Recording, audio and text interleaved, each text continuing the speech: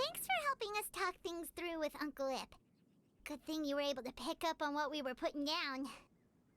I have been around the both of you for some time now. You could say I have a certain level of expertise in that regard.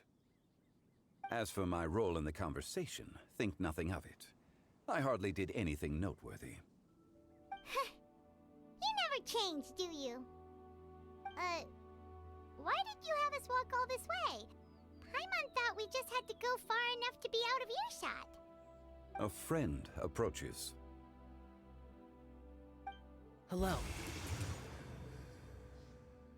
Xiao, you're here too? I've been here the whole time?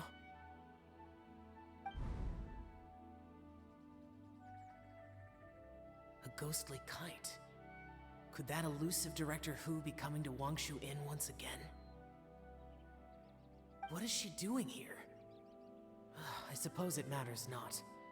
Given her relationship with Rex, well, Zhongli, I might as well go pay my respects.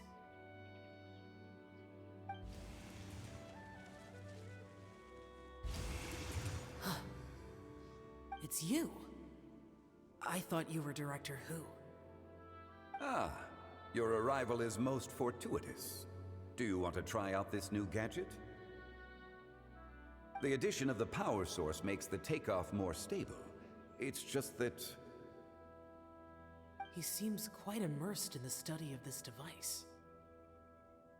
I fear it's almost too stable.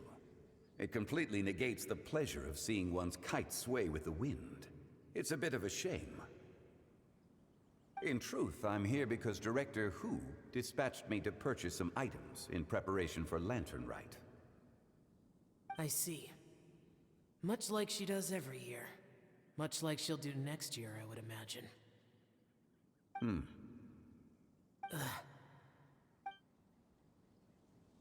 Am I wrong? Or has she once again sent you out to buy, what is it, sesame oil or something? While we're on the subject, I do wonder why she is so obsessed with using sesame oil in the preparation of mixed vegetable dishes for Lantern Rite. A recommendation from Zhongli, perhaps.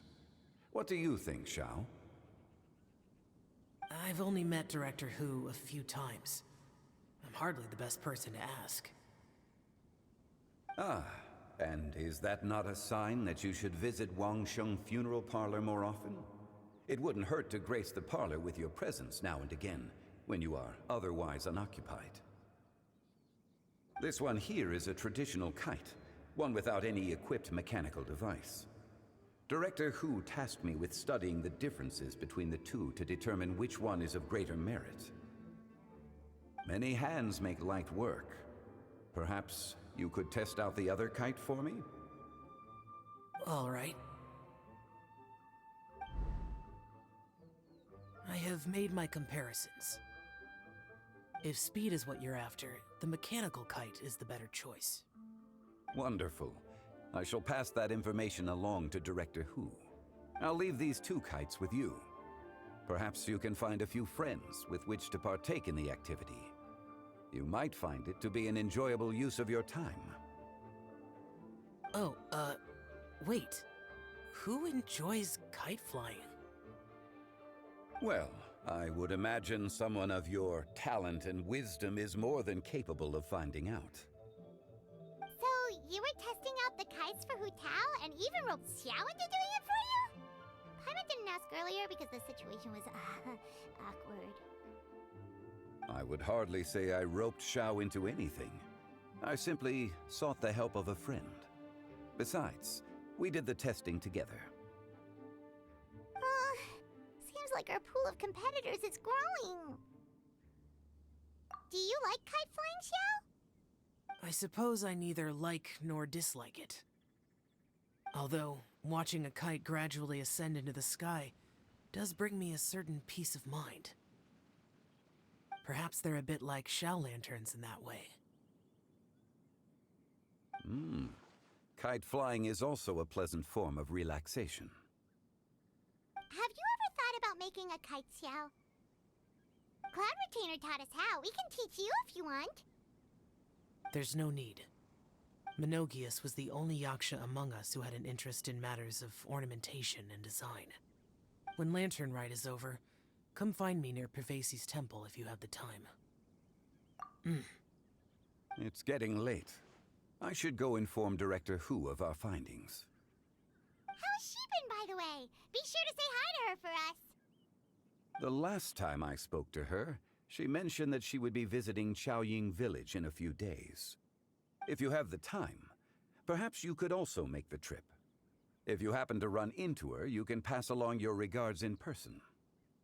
We'll keep that in mind. Take care, Zhongli. See you later. See you next time.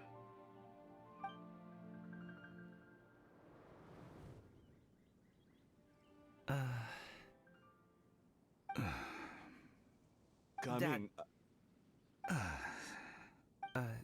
You can go first. I don't have anything to say. Then I'll go. I still don't want to leave Liyue Harbor. Oh. I can't say I support that decision, but... Hey, let me finish before you get all worked up. Sit, Shenhe, sit. You must be tired from your journey. Shall I pour you a cup of tea, or would you prefer something else to drink? No need. I'm not tired. They're gone, Master. Perfect. The time is nigh for us to make an appearance. Do you remember the plan when recounted to you? Yes, Master. We aim to give them a demonstration of familial love. So I'll have whatever you are having. All right. What are Auntie Xianyun and Shenhe doing here? Just how many people are involved in this scheme? I suppose all I can do is just take a seat and see what happens. Perfect. I just so happen to have bought some Zhongli tea recently. It's quite the delectable variety. Or it would be if one has not been forced to drink it every day in the hopes of whittling down one's considerable stash. One has more than had one's fill already. Oh, forget it. Such thoughts detract from the present need to keep up the conversation.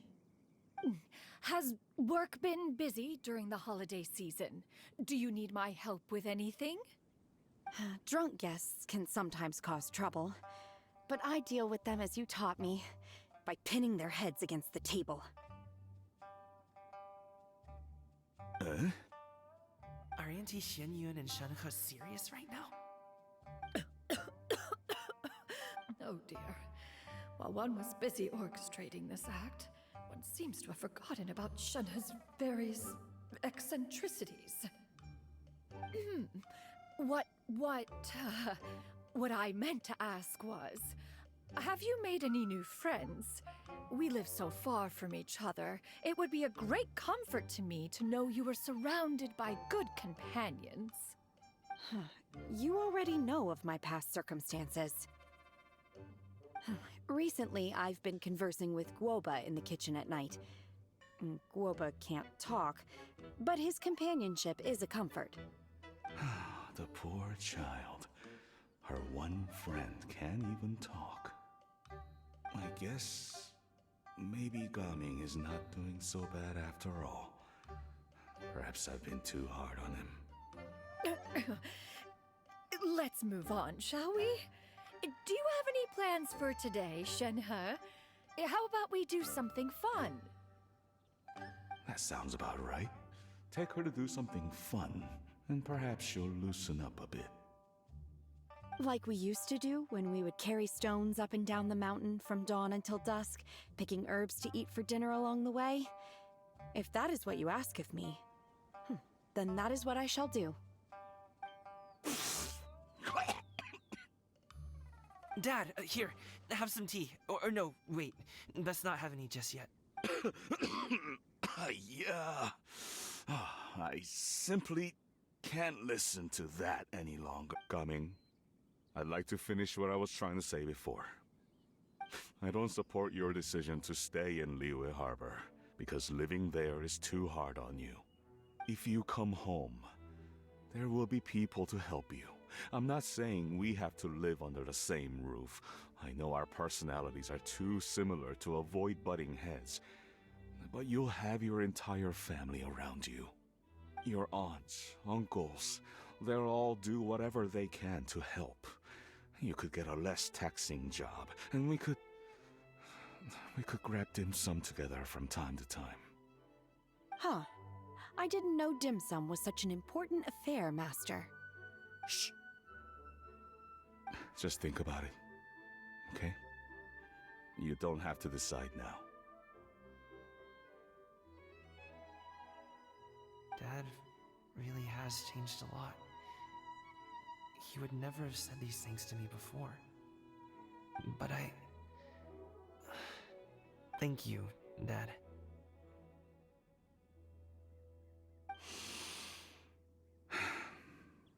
It's been long enough, don't you think? Oh, Paimon sure hopes they've made up by now. Oh, they're drinking tea in silence. That's not a good sign. Did Xianyun's plan not work after all? Hey you two! Paimon's sorry we were gone for so long. We got to chatting with some friends and didn't realize how much time had passed. Perfect timing, actually. We seem to be just about done here. Yep, let's go. I'll get the bags.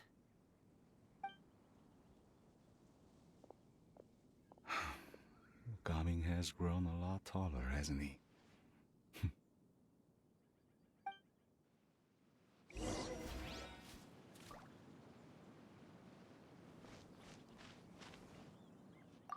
Master, did I say something wrong earlier? I tried to go along with your questions, but when I saw how you and that man reacted, I started to wonder. Not at all. Certain unforeseen variables may have presented themselves along the way, but the outcome proved favorable. The plan was a success. Then I helped? Naturally. Your purity of spirit is one of your greatest strengths, Shenhe. You need not change who you are.